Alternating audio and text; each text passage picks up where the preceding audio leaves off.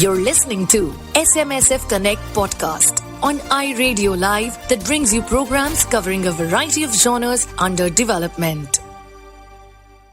Hello and welcome to SMSF Connect podcast, in which we begin a new series focusing on promoting gender at workplace.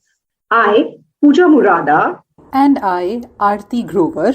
We represent the Outreach for Development team at SM Sehgal Foundation, a rural development NGO, and we will be hosting conversation on this very important topic. Let us begin by sharing a little about this podcast series. Since gender and women empowerment is a cross-cutting theme across SM Sehgal Foundation's programs in rural development, we thought bringing in expert voices on the theme and sharing good practices will not only be a learning for us, but will also benefit many civil society organizations who strive for promoting gender equality in their organization. In today's podcast, we look at understanding gender and gendering and also see how we can have gender inclusive approach at the workplace. We have with us today Ms. Shalini Singh, who is a lawyer and trained psychologist. Shalini has been associated with CREA, an international human rights organization, for over 15 years and has led on much of CREA's capacity building at the community level. Her work and experience has been focused on design and implementation of capacity building programs that foreground integration of gender transformative approaches being implemented by women-led community-based organizations. Shalini has been running 3 annual institutes in Hindi on sexuality, gender, feminist leadership, and rights. She has been working on language and translation for making language accessible to everyone by translating and creating resources in Hindi on gender sexuality and human rights issues. Welcome, Shalini. Thanks पूजा, thanks a lot हमें इस discussion में और इस conversation में invite करने के लिए. Thank you. एंड अभी जो स्मृति से हमने बातचीत में काफी इंक्लूसिविटी पे जाना, इम्पोर्टेंस इसकी क्या है, तो इसी से ही इसका ऑपोजिट मैं सोच रही हूँ कि जो हम बायस क्रिएट करता है एंड बायस होने से inclusivity is compromised. So with that, Shalini, मैं आपसे जानना चाहूंगी कि इस साल 2022 का जो इंटरनेशनल वुमेन्स डे का थीम रहा है, that is break the bias.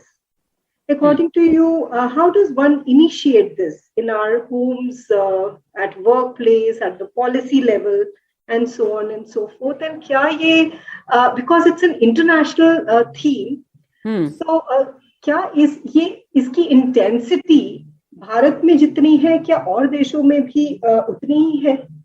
Is there still a need to break the bias even in the developed nations? If you could help us understand this. बिल्कुल. So I think it exists everywhere. ठीक है, तो international level पर we are talking about this. ये tagline बनाया गया, break the bias. It always, मतलब अपने आप में ये इट इज शोइंग कि भाई इसकी जरूरत सब जगह है. It is not part of like any one country and one region कि वहीं पर है एंड वहीं पर we need to talk about this. ठीक है, तो एक तो वो फर्स्ट चीज दिखाता है. दूसरा ये कि when we are talking about bias, तो फर्स्ट तो स्टेप है कि we need to understand, identify कि हाँ मेरे अंदर ये bias है कि नहीं है. And this bias can like occur at any point of your life, है ना. ऐसा नहीं है कि मैं बचपन से ही सब सीखते आ रही हूँ और बड़ी हो गई हूँ तो अब now I will not learn something new, है ना. वो नए चीज biases मैं जनरेट भी कर सकती हूँ, डेवलप भी कर सकती हूँ, बट पुराने biases को मैं तोड़ भी सकती हूँ, ब्रेक भी कर सकती हूँ. There is always an opportunity. So first step is कि पहले हम उसको आइडेंटिफाई करें and then identifying and understanding कि उसको हम कैसे चैलेंज कर सकते हैं, ब्रेक कर सकते हैं. एंड ये बायसेस बहुत ज्यादा नॉर्म से भी आते हैं, स्ट्रक्चर से भी आते हैं, जो ऑलरेडी लाइक एवरीडे लाइफ में हम देखते हैं ना। तो some of the biases we can see हमारे आसपास क्या है ना, कि जैसे आप कहे कि जो मैंने जेंडर का एग्जांपल दिया है ना, कि अगर शादी होती है या शादी नहीं होती है तो भी एक औरत की यही रोल होनी चाहिए और एक आदमी का यही रोल होना चाहिए, ठीक है। इसको एक नेगेटिव रूप में भी आदमी बहुत कुछ ले सकता है, बहुत स्ट्रांग ओपिनियन के साथ भी आगे बढ़ सकता है। एंड देन क्योंकि ये अगर मेरा बना हुआ है अजम्पशन, तो वो मेरे वर्क प्लेस पे या मेरे लाइफ में बायस के रूप में काम कर सकता है। व्हेनेवर आई विल सी कि भाई वो लड़की अपना रोल चेंज कर रही है, ठीक है। मैंने सोचा था कि this women cannot do these kind of things, but अगर जैसे ही मैं देखती हूँ कि वो चेंज कर रही है इस चीज को, I will immediately tell her कि नहीं नहीं नहीं, तुम ये नहीं कर सकती हो। और दूसरे लोगों को भी कहूंगी कि ये नहीं कर सकती है, इसको करना बेकार है। और मैं फिर से एग्जांपल दे रही हूँ कि एक मीटिंग में मैं गई थी और एक वहां लड़कियां फुटबॉल के बारे में बात कर रही थी।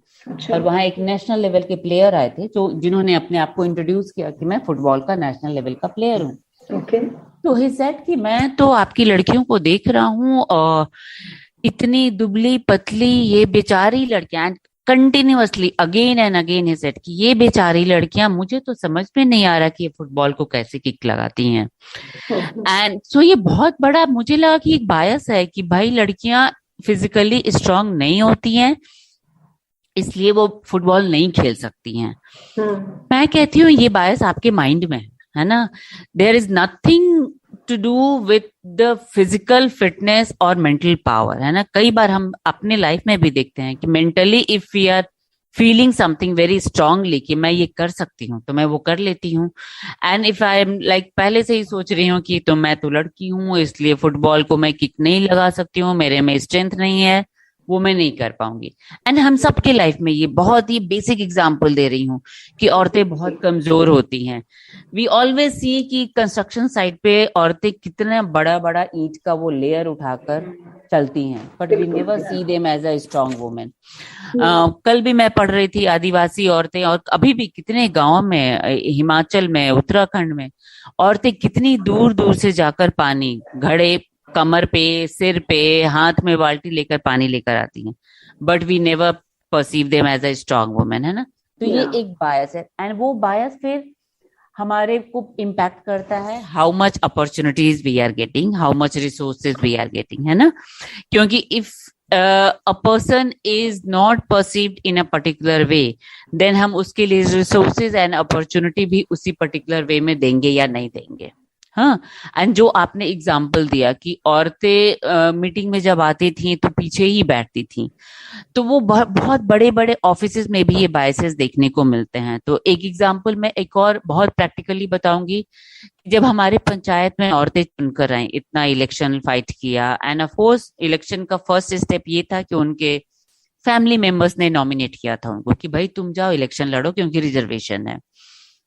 बट उसके साथ ये बहुत बड़ा बायस निकल के आया कि औरतें लीडरशिप पोजीशन में नहीं काम कर सकती, they don't know anything about it, तो वो क्या काम करेंगी। तो घर के पुरुष ही, जो हस्बैंड है या ब्रदर हैं, वही आएंगे पंचायत मीटिंग्स में and they will manage everything.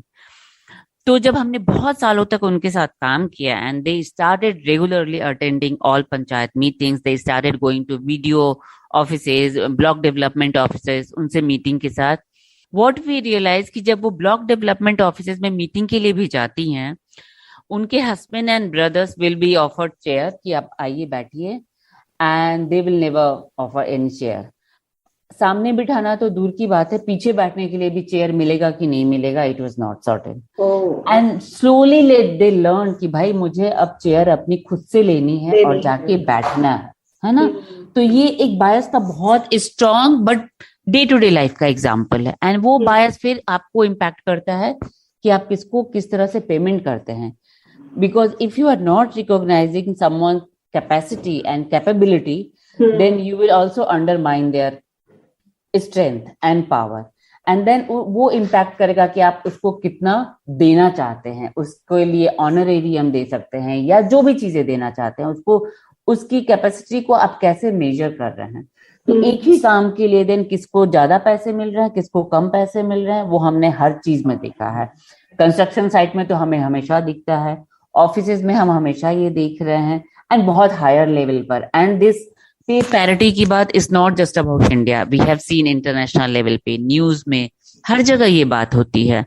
तो ये biases I will say very strongly कि कहीं एक जगह की बात नहीं है. हाँ, वो डिफरेंट सिचुएशन में डिफरेंट पिक्चर्स दे सकते हैं हमारे लिए. जैसे हमारे यहाँ बहुत सारे रिलीजन एंड कास्ट को लेकर बायसेस हैं, डिसेबिलिटी को लेकर, जो स्मृति वाज टॉकिंग, बहुत बायसेस हैं कि एक डिसेबल वुमेन को हम कैसे परसीव करते हैं कि उनके यही नीड्स हैं, ये नीड्स बिल्कुल हो ही नहीं सकते हैं, because we don't consider themselves as a human being और as a sexual being also, या as a person who has specific needs, even SRHR related needs भी.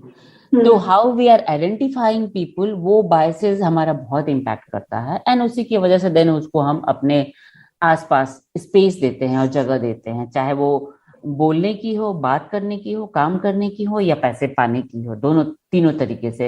एंड देन फिर उसी की वजह से उनके रिसोर्सेज भी कम हो जाते हैं. And we have always seen on the basis of caste ये कितना स्ट्रांगली काम करता है. Point very well covered.